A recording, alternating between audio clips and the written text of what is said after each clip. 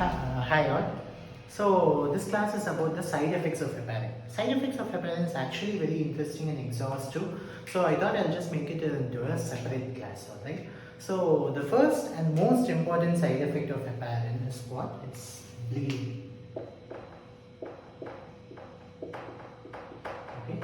So bleeding, it occurs more commonly with unfractionated heparin more than low molecular weight heparin, more than fondaparinix. Okay, and we knew that the half-life of heparin is actually 6 hours. We discussed this in the previous class. So it is 6 hours. All right. So bleeding occurs more with fractured heparin. It bleeds occurs within 6 hours. Usually it's a minor bleed. Okay, this is the most common complication. It can be a minor bleed. So how does it usually presents as an epistaxis, or it presents as a perfected bleeding, a hematuria, or bleeding gums? Usually it gets resolved by itself. Okay, but sometimes there can be a serious bleed. The patient can vomit out blood. There can be hematochezia, the patient passes fresh blood, or there can be coughing of blood, hemoptysis. Okay, so what do we do in this condition? We need some agent that is specific for heparin, and they found out this specific agent called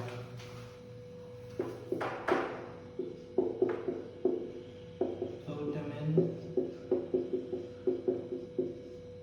sulfate. Alright.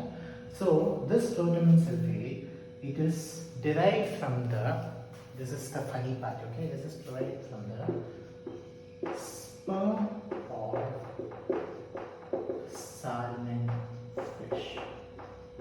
How did they end up with the sperm of salmon fish? Nobody knows, okay, but finally they found out with the protamine sulfate, so it's good for them actually. So when I kind of read about salmon fish, I just thought I'll share this interesting thing about salmon fish with you, which has got absolutely nothing to do with this class, but it's an interesting thing. So this salmon fish, these are marine fish, okay? You know what a marine fish is, right? The marine fishes, they usually live in the sea, but this fish is actually born in the river. Okay, so it's usually found in Canada, places like that. So it is actually born in the river. So when these fish, they become ready for, they usually with silver. Okay, when they become ready for copulation, for breeding, they change in color, they become red. All right, and they actually swim back to the place they were born. Okay, nobody knows how they remember the place they were born. Okay, but they just swim back there. There they go, and actually they swim against the tide. Say there's a small waterfall. Okay, you should watch these videos on YouTube. They are amazing. Okay, there's a small waterfall. They actually jump over the waterfalls and they go to the place their place they were born, and then they breed there. They lay their eggs there. Then they come back. Most of them don't come back. Most of them are killed in this process. They are eaten by grizzly bears. Grizzly bear used to be my favorite animal when I was a kid. They are eaten by grizzly bears and all that. And yeah, that's how it happens. It's a very interesting tale of migration. Okay, fish migration. And you could search about it in YouTube or read about it in Wikipedia. Anyway, it's not related to the class. So it's good to see that fish actually related to something I learned about. So salmon fish, protamine sulfate. This protamine sulfate, it's a polypeptide. Okay, it's a polypeptide. What it does is it binds with heparin. Okay, and forms a complex. There's a protamine heparin complex. Okay, this complex, it is excreted by the body. Okay, so this protamine heparin complex, it is excreted by the body. Okay, so what is the dose of protamine? This is important. It's very easy. Okay, this is 1 mg per 100 units. Okay, so we use 5000 units, we give 50 mg. Very simple. Okay, 1 mg per 100 units. So this protamine sulfate, it's actually more effective in unfractionated heparin, more than low molecular weight heparin, more than fondaparinix. Okay, so unfractionated heparin, it responds to protamine sulfate very well. Okay, low molecular weighting and heparin, there is some partial action. There is no complete action, but there is some action. Okay, fondaparinix, it completely doesn't act. Protamine doesn't act against fondaparinix. Okay, so even though the risk of bleeding is high with unfractionated heparin, this protamine sulfate, it does act well on unfractionated heparin, alright. So bleeding is the most common and most important side effect is regarding heparin. Although the most famous is the next side effect, which actually has a pretty cool name. When I entered my PG, when I heard about this side effect, unfortunately I didn't hear about this adverse effect when I was a second year student. I don't remember hearing about it. But then when I read about it as a PG, I just thought, oh my god, it has got such a cool name. Alright. So what is this side effect?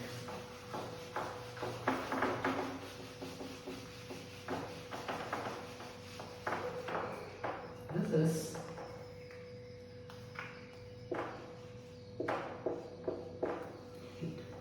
HIT. Okay, who names a side effect HIT? It's just so cool. Okay, and everything about this is cool. Okay, so heparin-induced thrombocytopenia. There is usually thrombocytopenia where the platelets is below 1 lakh. Alright, the platelet count is below 1 lakh. There is thrombocytopenia, but there is thrombosis. Okay, so whenever the platelet count is low, we expect bleeding. Alright, but there is low platelet count, but there is thrombosis. Okay, so these two are like oxymorons, right? So next, it happens only 5 days after the administration of heparin. Okay, so these three are the points that made me very curious about heparin-induced thrombocytopenia. So let's go into the mechanism of action, which is absolutely interesting. Alright, so what happens is, I already discussed about this in the previous class, so it's better for you to see the previous class before seeing this. So heparin, it actually combines with platelet factor 4. Alright, we know that this platelet factor 4, it is released from the platelets when they are activated. They release this platelet factor 4 and they bind with heparin. They inactivate heparin, so heparin is not effective when there is an active thrombin. This was what we saw in mechanism of action. Okay, but what happens is there occurs an idiosyncratic reaction, a very rare reaction, in which this heparin plus platelet 4 complex, there is an antibody formation. Okay, so there is this antibody which is usually a IgG antibody which acts against this heparin, goes and binds with this complex. Okay, so this takes 5 days to produce. That's why there is 5-day gap. Okay, so this antibody combines with heparin and platelet 4 complex. Okay, so what is the problem? What is the problem with this combining to the heparin and platelet 4 complex? This actually combines with the platelets. Okay, so it combines with heparin and platelet 4 and it combines with platelets and it starts disintegrating the platelets. Okay, so what happens? This platelet, they get disintegrated and hence there is thrombocytopenia. Okay, but that is not the end of the story. Okay, what happens is, when the platelets, they are disintegrated, they release this microparticles. There are these microplatelet particles. Okay, these microplatelet particles, what they do is, they grow and aggregate in the blood vessel, causing thrombosis. Okay,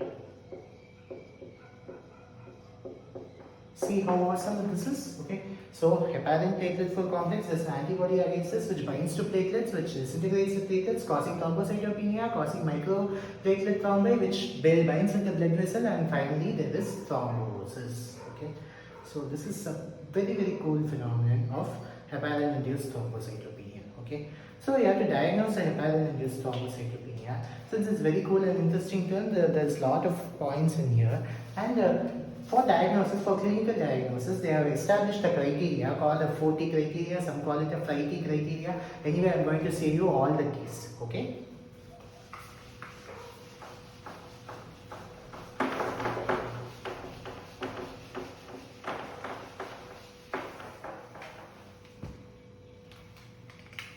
so 4T or 5T. Okay, so what is the first T? Okay, first T is thrombocytopenia. Okay, I'll just cite all the 5 T's.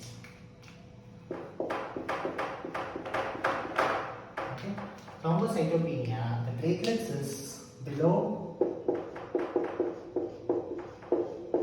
1 lakh or below 50% of the first value, initial value, there is below 50%. Okay. Then there is timing. The timing I told you, it is within 5 days. Okay. Then I talked about thrombosis. Okay. Thrombosis, venous more than artery. Okay. Then there is type of patient. Okay. So this hit, it's more common in surgical and oncological patients compared to medical patients. Okay. So surgical more than medical. Okay.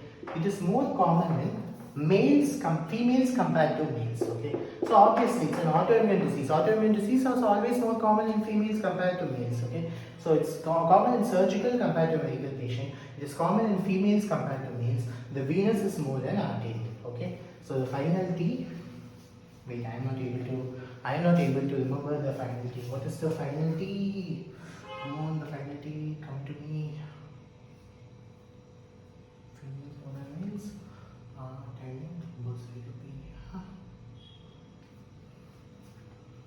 Time. Okay. Just we'll keep the final T there. It will come to me. I'll just go to the next point. So, which is the investigation of choice for diagnosis of this heparin-induced thrombocytopenia? We do an ELISA test. Okay. So ELISA test against the antibodies against PF4 heparin. Alright. Okay. So for this there is an ELISA test which we can do. However, the diagnostic test of choice is SRA. Okay. This SRA is also known as serotonin release assay. Okay. So this serotonin release assay is the actual diagnosis of choice in heparin-induced thrombocytopenia. And I remembered, okay, the type of heparin. So type of heparin, the UFH more than LMWH. Okay. So it is more common in unfractionated heparin than low molecular weight heparin. Alright. So fondaparinase, there's literally no incidence of hit with fondaparinase. It's more common in unfractionated heparin.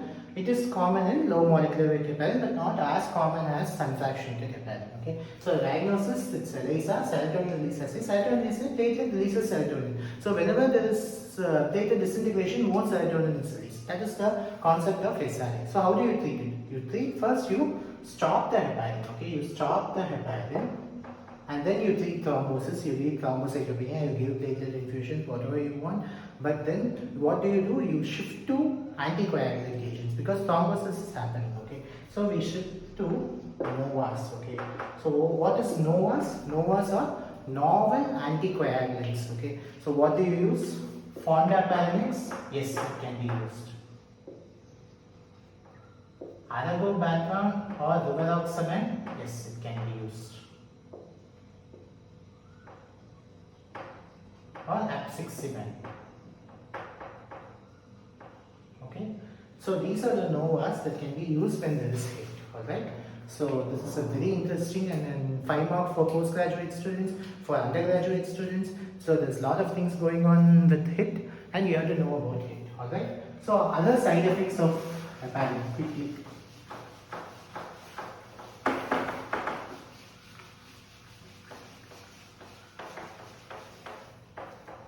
So this heparin, it actually does something with the potassium. Okay, it increases potassium. So how does this increase potassium? Is that there is aldosterone. Okay, so this heparin, it inhibits the synthesis of aldosterone. So what happens when there is no aldosterone? Okay, this is the distal convoluted tubule or the connecting tubule. There are channels here. What are these channels? These channels are ROMK channels. Okay, so this aldosterone helps the potassium to get out of this ROMK channels. Okay, calurisis. It promotes calurisis. Alright. So when aldosterone is not there, this caliolysis does not happen. So this causes increase in potassium. It can occur with both low molecular weight heparin and unfractionated heparin. There is hyperkalemia. Okay, and then there is osteoporosis. Okay, it increases osteoclast and osteoblast function. Okay, so this osteoclast and osteoblast, they are essentially best friends, they are essentially lovers. Okay, the rank and ligand, the rank, all these are topics for another class, hopefully with calcium metabolism. So this inhibits this osteoclast and osteoblast, and there is osteoporosis. So when the heparin is used for more than 1 month, say there's a patient with APLA, you have to use low molecular weight heparin daily for almost 6 months until pregnancy. Okay, so in patients like that, there's increased risk of osteoporosis. Okay, so these 4 are the side effects of heparin, with which we have almost completed heparin. I just want the final part to be the comparison of all 3 heparins. Okay, very quickly.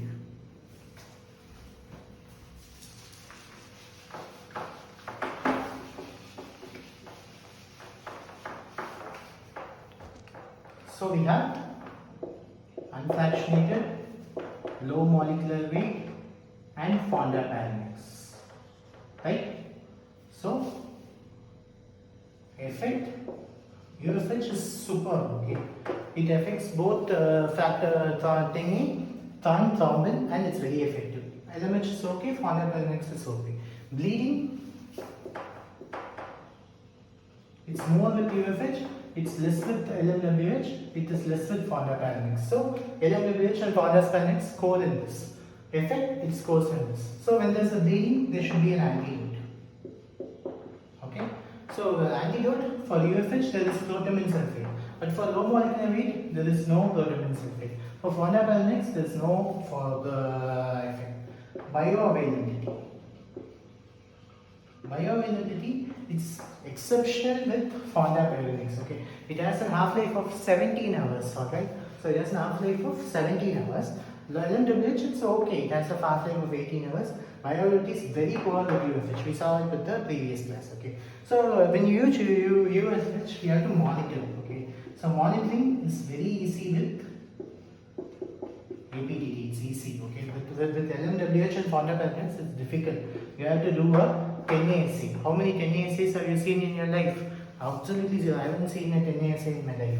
So monitoring, it's easy with UFWH. But the thing is, in LMWH and fondaparinux, monitoring is not that much necessary when compared to UFH, because they have dose independent clearance. Okay, this has a dose dependent clearance. Alright. So what is the next thing? It is more common with this, less common with this, and almost nil in this. In fact, this is a drug of choice when there is heat. Alright. So what is the final thing? Osteoporosis. So osteoporosis, it's actually very severe with this, okay with this, and this. Finally, the cost. Okay, cost. This is very low. This is high.